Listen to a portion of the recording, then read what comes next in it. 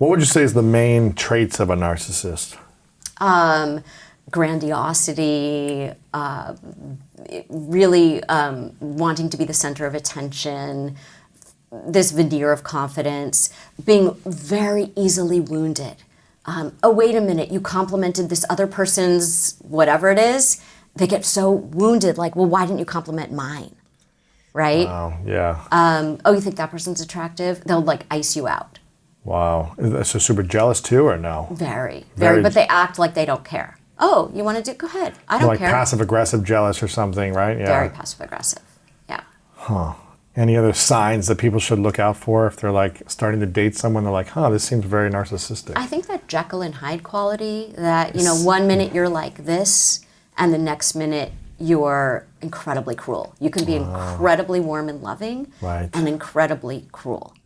And the two, you toggle between the two in a way that is frightening. It's like a split personality, huh? Yeah. But it's not, because the narcissist is doing the thing. You reel them in. The narcissist reels the person in with the charm, with the seduction, with the you are the center of the universe. And then, you're getting too close to me, so I'm going to be cruel. So it's interesting. So it's like, if you're with someone who's showing these traits and they're just wowing you and they're so nice and loving and grandiose, but then if you truly open up and you want to get to know their heart, that's when they start to do other things, or what happens then? Yeah. If you get too close, if you get too close to them, right? Either you're being too intimate with them, although they want you to be somewhat intimate with them so they know how to use it against you. Right. Tell me your deepest, darkest secrets that I can use it against you later. Then I will use it against you in the moment when you are most vulnerable. Wow. Or they don't want you to know too much about them. Right? They hide certain things. Well, they hide their vulnerabilities. They don't know how to get authentically close to another person. Why does someone become a narcissist? Oh, that's, I think so many people, anybody who's had experience with someone like that wants to know that. And you'll see that, this is when we talk about we marry our unfinished business, right? So it's the person who grew up feeling very, they didn't get their needs met. They didn't get, they were either neglected, or they grew up with a narcissistic parent. So what do we do with parents who don't meet our needs? On the one hand, we rebel against them. We say, I'm not going to be like that. I'm not going to choose someone like that. So the narcissist doesn't choose another narcissist. If the narcissist grew up with a narcissistic parent, they don't choose another narcissist. They choose someone like the other parent who was with the narcissistic parent. And then what they do is they take on the traits of the narcissistic parent. Now, why do they do that, even though they were so injured by that kind of parent? It's like the person who grew up with an alcoholic parent, or a person who couldn't self-regulate. Why did they become the angry yeller, even though their parent was the angry yeller, and they said, I would never do that? How do you get close to a parent who couldn't get close to you? You become like them. That's your connection to them. This is completely outside of your awareness. You don't realize that. But we still, the wish never dies that we can be close to our parents. Wow. The wish never dies. So what do we do if we don't process this? So if we process it, then then we know, okay, I have to watch out for that. I have to find another way to grieve what I didn't get growing up. I have to really go through that grief process. And I'm going to have that loss is going to live with me, but it's going to live with me in a way that isn't so sharp. So you really have to grieve it. Yes. But if you don't grieve it, you repeat it. You take on the trait of one of your parents or something. You take on their traits because that helps you feel close to them. Oh, I'm going to feel close to you in this way. This is not in your conscious awareness. Wow. And then people don't realize it. They think, oh my gosh, one day someone says to them, you are exactly like your mom, your dad. And they go, oh my God, I am. Right? If they can get past sort of like the narcissistic protection. Yeah, of course. Which would be if they what? Can hear it. I'm not like my parents. No, I'm not like them at all. I'm not like them at all. Like if you could take a videotape of a scene from your childhood and you take a videotape of how you're acting now with your own child, you would be stunned. Wow. So how does someone, if they're, they've realized maybe there's narcissistic traits, or that's a full-on narcissist that they're in a relationship with, what are the next steps they should take? Is there a way to actually, you can't really change someone in a relationship, what I'm hearing you say. You can't, no matter what you do, the person's not going to change, right? So do you need to change in order for them to change? Or is it just, if you're with someone who's diagnosed narcissist, there's no hope for actually healthy growth in the relationship? Well, someone who has narcissistic traits generally doesn't come to therapy because they don't think they have a problem. Right. They're like, no, I'm good. Right. So how they come in is they're having some relational difficulty. Right. And the relational difficulty is either they're coming in for couples therapy because the other person dragged them there. Yeah.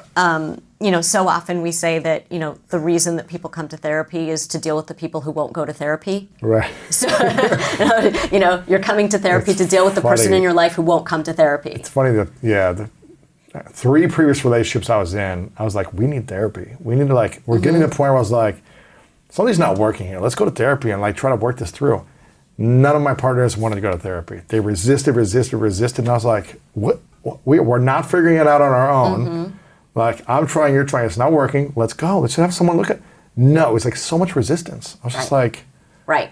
And so in that case, not saying they were all narcissists, but there was definitely No. So some. I'm not even talking about. Well, let me differentiate. So there's a narcissistic person, meaning diagnosed narcissistic, or even people with narcissistic traits, they tend not to come on their own to therapy unless they actually agree to come in couples, and they're coming because their partner is making them come. Yes, that's the only reason. And then you kind of see how flexible are they with their story, right? Because everybody's coming in with their story. Both people need to be. Yeah. Right.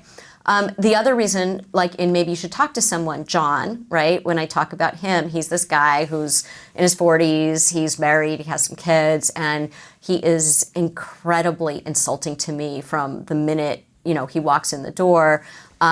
Everybody else is the problem. In fact, the chapter is called Idiots because he says everybody else is an idiot, right? Why aren't people as smart as he is? Why aren't people as competent as he is? Why can't people do things right? Why does he, and he's like the beleaguered victim.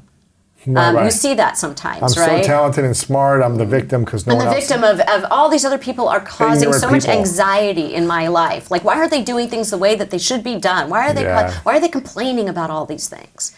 Not realizing that he's the one doing the complaining. About everything, yeah. Right. We call it complaining from the victim position. Or being offended from the victim position. Sure. Everybody else is the problem. Or the reason that people are cruel to another person is they say, I was the victim, so I can hurt you twice as much. Ooh, yeah. So if you hurt me, I have a right to hurt you. Back. No. Right. I'm doing this to protect myself. Right. No. So when John came in, he was, you very much say, a lot of people would say, I don't want to treat somebody like that because they don't know how much progress they're going to make. Because if they can't self-reflect, well, you have to be able to see yourself. In the book, I talk about the difference between idiot compassion and wise compassion. So idiot compassion is what we do with our friends. So your friends say, listen to what my partner did, or my mom, or my kid, or my sibling, or whatever it is. And we say, yeah, that's terrible. You're right. How dare they? You're right. They're wrong. It's just, we just back them up blindly because we think we're being supportive. But if you actually listen to your friends over time, you might hear that there's a pattern that they are kind of complaining about similar types of things. It's kind of like if a fight breaks out in every bar you're going to, maybe it's you. We don't say that in idiot compassion. Yeah. So in therapy, what we offer is wise compassion.